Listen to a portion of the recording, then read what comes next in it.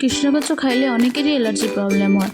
এইভাবে রান্না করে খাইবা একটুকু অ্যালার্জি প্রবলেম হইতো না, আর খাইতেও এত টেস্টি।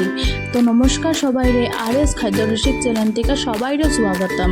আপনারা সবাই কীরকম আছেন? আমিও খুব খুব খুব ভালো আছি।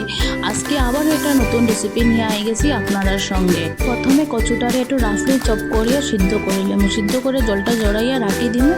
তারপরে কড়াইতে পরিমাণ মতন তেল দিয়ে তার মধ্যে শুকনো লঙ্কা, তেজপাতা, পেঁয়াজ, রসুন, আদা সম্বাস দিয়া তার মধ্যে এক এক করে সব মশলা দিয়ে দেবো। হলুদ গুঁড়া, জিরা গুঁড়া, লঙ্কা গুঁড়া, পরিমাণ মতন লবণ দিয়া কচুটা দিয়া দেবো। আর আমি আগের থেকে কাটল বিচি আর একটু চানা দিছিলাম, দিয়ে আমি এটারে সিদ্ধ করে রাখে দিছিলাম, মানে কচুর মধ্যে দেওয়ার লেগে। তো কাটল বিচি আর মটরটা ভালো টিকে দিয়া নাড়িয়া চাড়িয়া জলটা ভালো টিকে টানাইতে লাগবো। তার মধ্যে আমি একটু তেঁতুল অ্যাড করছি। তেঁতুলটা অ্যাড করলে চুলকানির প্রবলেমটা হয় না। তো এদিকে নাড়তে নাড়তে আমার কচু শাকটা পুরো রেডি হয়ে গেছে। দেখুন আমি টেস্টি কচু শাক ভাতের সঙ্গে খাই লাইমু।